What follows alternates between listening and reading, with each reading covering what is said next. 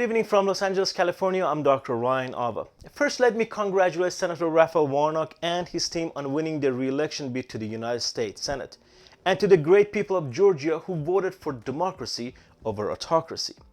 Speaking of autocracy, we turn to news from a country where the greatest threat to homeland is domestic. Far-right extremist groups, and there is a massive development to tell you about. 25 people were arrested on suspicion of planning to overthrow the government, members of an extremist group who believe that their country is being run by a deep state. Individuals who were influenced and inspired by QAnon and other right-wing conspiracies, who have taken part in protests against COVID lockdowns. They were plotting to install a shadow government. And it all sounds too familiar, right? But we are not talking about the United States here today. These arrests took place this morning in Germany. According to the prosecutors there, this group's mission was to, quote, overcome the existing state order in Germany and to establish its own form of state, the outline of which had already been worked out. As for how this group felt that goal could be reached, they were apparently planning an armed attack on Germany's parliament building and were prepared to even use violence, including the possibility of killing state representatives. All of these circumstances bear an eerie resemblance to the forces we have seen emerge in our country came to a head on January 6. In fact, a German lawmaker drew parallels to that attack on the US Capitol today. Quote, since January 6, 2021, we have known that anti-democratic speech can also be followed by actions directed against democracy and parliament. Today, the German security authorities have succeeded in putting a stop to such plans to seize power. End of quote. And these arrests are a remarkable demonstration of how potent and dangerous far-right ideologies are all across the globe. What was striking about the news today out of Germany was the fact that something was done about it before the attempt to topple the government occurred, before any clashes took place with law enforcement. A member of Germany's parliament was also among those detained, striking another eerie parallel to the alliances between the fringe right-wing groups and the right-wing politicians. And again, in contrast, those in power in the United States who were behind the attempted coup on our democracy, who fueled the flames with disinformation that led the angry mob to storm the Capitol building, have yet to be held to account. So I want to start with you, Frank Figliuzzi. Tell me what you understand the details of this plot to be and how they foiled it. Yeah, boy, this is eerily familiar, is it not? The scenario is uncanny, including the QAnon influence, which I actually had not realized had reached Germany to this kind of penetration level. So look, there's differences and there's distinctions, and the distinction in German law and operation and policy is where we should be focusing. But first, let's compare, and then we'll contrast. So first, like the United States, Germany does not have a distinct, specific domestic terrorism law. They don't have a law that's called domestic terrorism, and neither do we. We still don't. We define it in the law, but we don't have a law against it. They, like us, use existing laws, like bomb making, assassination, murder, all of that we use. But they did it successfully before it happened. And how did they do that? And here's where the distinction comes in. They actually designate domestic terrorism groups.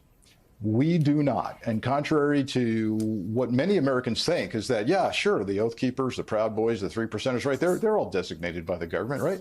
No, they're not, because we can't. We don't have a mechanism to do that. Canada, our neighbors to the north, have actually designated Proud Boys as a terrorism group. Yeah. We have not, and we can get into why we haven't, right? So what does that allow them to do?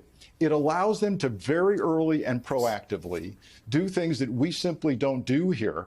When you're a member of that group, when you're associated or supporting that designated group, they do levels of surveillance and electronic intercepts and wiretaps. They can take your weapon away from you.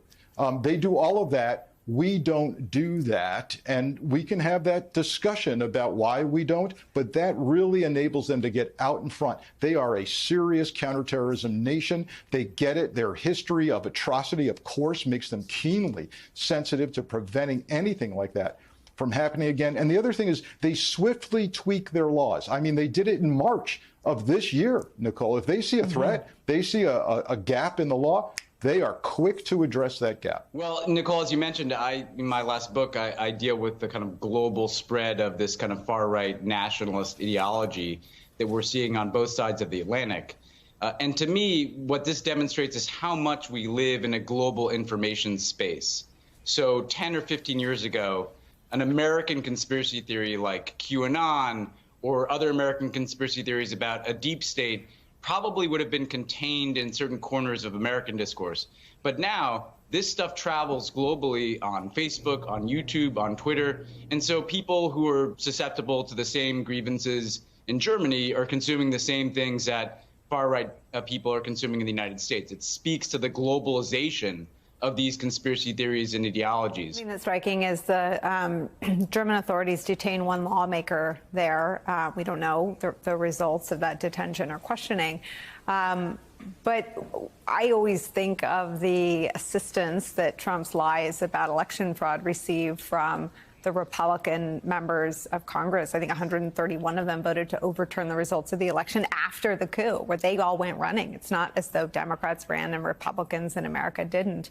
In these midterms, 121 of them won re-election. We as a country have made clear that we largely tolerate anti-democratic forces in one of the two political parties. And I'd understood the forces at the political level. I think you enlightened us in Macron's recent election against Marine Le Pen.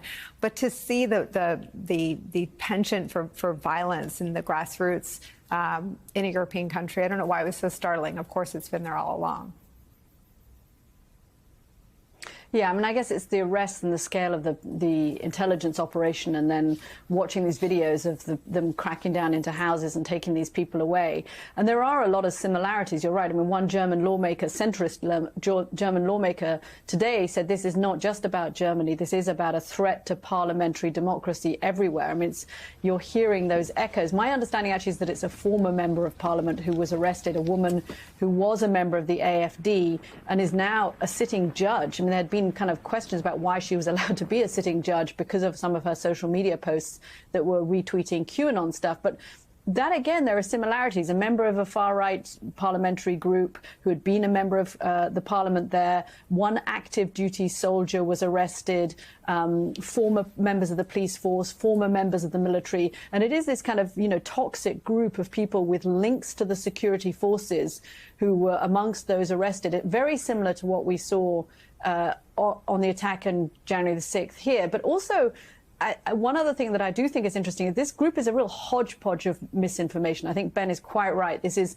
the spread of misinformation online. And at what point do crackpot online conspiracy theories become offline actual violence? And I think that's what that's what the Germans felt this was about to become. That is what we saw on January the 6th here. But it's a real mix of conspiracy theories. It's about COVID. It's about vaccines. There's an element of Ukraine and the war in Ukraine there as well as QAnon stuff. And it's just so similar to what we've seen here over the last couple of years. But the Germans acted on it, took it very seriously. And they took it very seriously in part, clearly, because of what they saw in America. To support my work, please subscribe to my channel and give this video a thumbs up. Also, please don't forget to hit the bell icon so you wouldn't miss any of my new videos. Thanks for watching.